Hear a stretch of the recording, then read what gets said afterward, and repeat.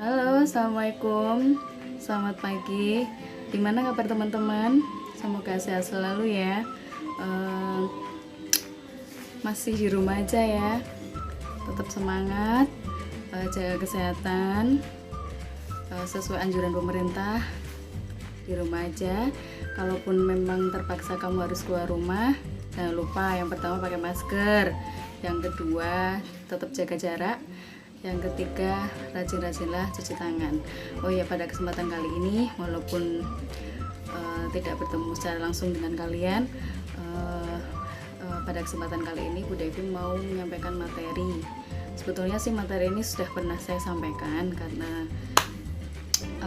untuk pengayaan materi saja. Materi yang saya akan sampaikan adalah mengenai sikap dan perilaku wirausaha. Oke teman-teman, kita akan masuk ke materi sikap dan perilaku wirausaha. Jadi tujuan pembelajarannya diharapkan setelah mempelajari materi ini, siswa dapat memahami tentang wirausaha dan kewirausahaan. Yang kedua, memahami sikap dan perilaku wirausaha. Yang ketiga, menjelaskan sikap dan perilaku wirausahawan. Dan yang keempat, mempresentasikan sikap dan perilaku wirausaha.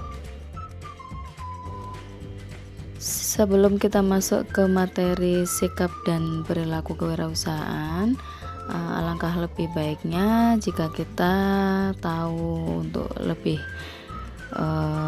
detailnya bahwa kata wirausaha berasal dari kata wira dan usaha. Wira berarti pejuang, pahlawan, manusia unggul, teladan, berbudi luhur, gagah berani, dan berwatak agung. Sedangkan usaha berarti perbuatan untuk mencapai sebuah tujuan. Apabila kata tersebut digabungkan menjadi satu, secara etimologis atau secara harfiah, wirausaha adalah pejuang atau pahlawan yang melakukan perbuatan untuk mencapai sebuah tujuan. Seorang wirausaha adalah orang yang mampu menciptakan dan merancang suatu gagasan menjadi realita. Sedangkan wirausahawan adalah orang yang mempunyai jiwa mandiri, motivasi tinggi, serta berkemauan dan berkemampuan untuk mengubah tantangan menjadi peluang. Beberapa pengertian dan definisi wirausaha menurut beberapa ahli. Di sini saya mencantumkan 3 ahli definisi untuk wirausaha. Yang pertama dari Samsudin Suryana. Beliau berpendapat jika wirausaha adalah seseorang yang memiliki karakteristik percaya diri, berorientasi pada tugas dan hasil, pengambil resiko yang wajar, kepemimpinan yang lugas, kreatif, menghasilkan inovasi, serta berorientasi pada masa depan. Lalu pendapat yang kedua menurut Prawirokusumo, wirausaha merupakan mereka yang melakukan upaya-upaya kreatif dan inovatif dengan jalan mengembangkan ide dan meramu sumber daya untuk menemukan peluang dan perbaikan hidup. Definisi ketiga, menurut Joseph Schumpeter, wirausaha adalah seorang inovator yang melakukan berbagai perubahan di dalam pasar lewat penggabungan beberapa hal atau sesuatu yang baru. Lalu next kita akan mempelajari tentang karakter wirausaha.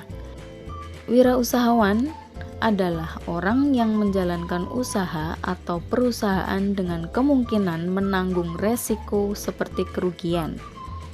Oleh sebab itu, seorang wirausaha harus memiliki kesiapan mental, baik saat menghadapi keadaan yang merugikan maupun saat ia mendapatkan keuntungan yang besar.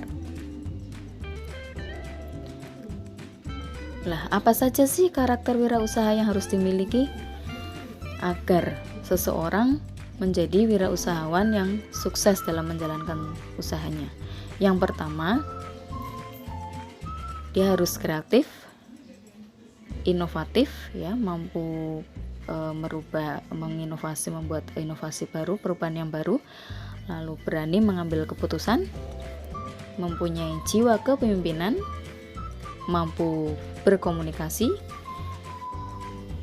bisa menjalin kerjasama dengan baik, mandiri, percaya diri, jujur, dan pantang menyerah. Lalu berikutnya ada karakter wirausaha menurut Big Rev, ada 10, biasa dikenal dengan 10D. Yang pertama ada dream.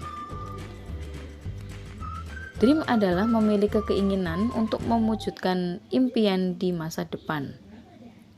Yang kedua ada decisiveness.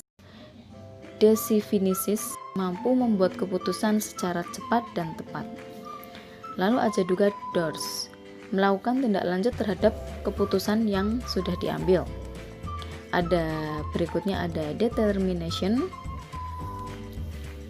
adalah melaksanakan kegiatan dengan penuh perhatian, tanggung jawab, dan pantang menyerah. Ada juga dedication, memiliki dedikasi yang tinggi dan rela berkorban. Berikutnya devotion, tidak mengenal lelah atau fokus dalam memperhatikan bisnisnya. Detail, berarti mampu menganalisa secara rinci sampai dengan hal-hal yang terkecil. Yang kedelapan, ya, berikutnya ada destiny, mampu merumuskan tujuan yang hendak dicapai. Berikutnya ada dollar, uang bukanlah semata-mata tujuan yang hendak dicapai. Lalu ada distribute. Ya, di sini karakter wirausaha yang terakhir ada distribute, harus mampu mendistribusikan atau membagi tugas, wewenang, dan kepemilikan kepada orang lain. Next, ke manfaat wirausaha. Ya, dari bentuk semua usaha yang ingin dicapai pastinya mempunyai manfaat tersendiri. Yang pertama, bisa menciptakan lapangan pekerjaan baru dan membantu orang lain. Yang kedua, memiliki kebebasan mencapai tujuan usahanya. Yang ketiga, tidak terikat waktu, ya, bebas 24 jam, tidak seperti instansi mungkin, ya, yang bekerja di perkantoran yang bekerja dari jam 7 pagi sampai jam 4 sore atau sekitar 8 jam, ya. Kalau wirausaha tidak terikat waktu, ya, bebas bahkan sampai 24 jam. Berikutnya, memiliki kesempatan menunjukkan kemampuan dan potensi diri. Dan yang terakhir, memperoleh manfaat dan laba yang maksimal. Lalu ada perilaku kerja prestatif. Apa sih perilaku kerja prestatif itu? Ya, jadi perilaku kerja prestatif adalah perilaku yang selalu ingin maju dan antusias. Jadi seseorang yang selalu ingin maju dan antusias dalam berwirausaha.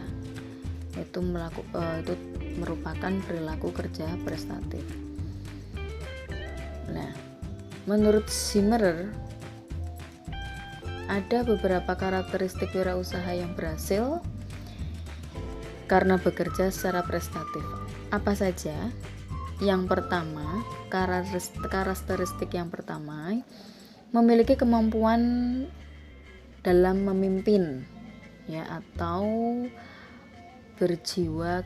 mempunyai jiwa kepemimpinan. Yang kedua, mempunyai komitmen tinggi terhadap pekerjaannya. Yang ketiga, bertanggung jawab atas apa yang dia lakukan, ya, tentunya. Yang keempat, motivasi untuk lebih unggul, ya. Jadi seorang pengusaha itu harus selalu mempunyai motivasi. Jadi motivasi yang tinggi akan memperoleh hasil yang maksimal. Berikutnya ada karakteristik kreatif dan fleksibel, ya. Jadi tidak terlalu kaku, ya, fleksibel. Mempertahankan minat kewirausahaan dalam dirinya. Jadi selalu ada jiwa usahanya. Lalu yang berikutnya, yakin pada diri sendiri, optimis, ya, berorientasi pada masa depan, mau belajar dari kegagalan. Lalu ada peluang untuk mencapai obsesi, ya, peluang itu berarti meraih kesempatan, ya. Yang terakhir, toleransi untuk mencapai resiko ketidakpastian.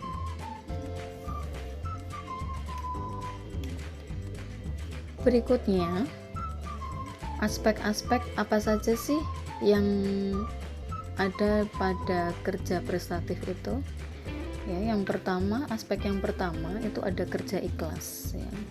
Bagaimana sih kerja ikhlas itu? Kerja ikhlas itu adalah bekerja dengan baik, ya, bekerja bersungguh-sungguh yang dapat menghasilkan sesuatu yang baik dilandasi dengan hati yang tulus.